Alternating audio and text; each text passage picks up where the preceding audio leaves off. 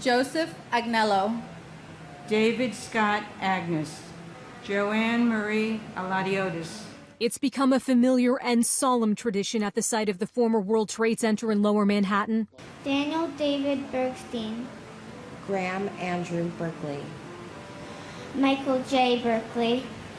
And my mother, Arlene Ava Freed. The names of the nearly 3,000 victims of the September 11th attacks read aloud by family and friends. This marking 18 years since the deadliest terror attack on American soil, 24 Canadians among those killed.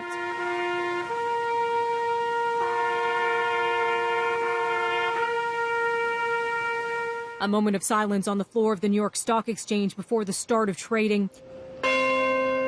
And the bell of hope rang out at St. Paul's Chapel in New York, marking the moment when the first of two planes hit the Twin Towers. The Pentagon also targeted that day. The U.S. president laid a wreath before speaking at a remembrance ceremony there. For the families who join us, this is your anniversary of personal and permanent loss.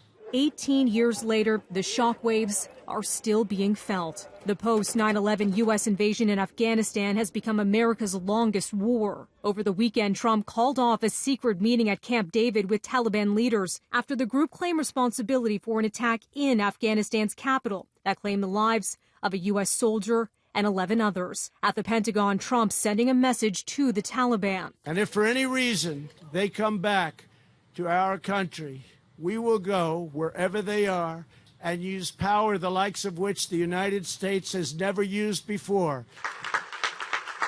And in Shanksville, Pennsylvania, the U.S. Vice President honored victims of Flight 93 at the field where the plane crashed after passengers overtook hijackers thwarting a planned attack on the U.S. Capitol. Within 81 minutes from takeoff, their lives would be over. But not before they had earned a place of honor in the annals of American history and in the hearts of every American.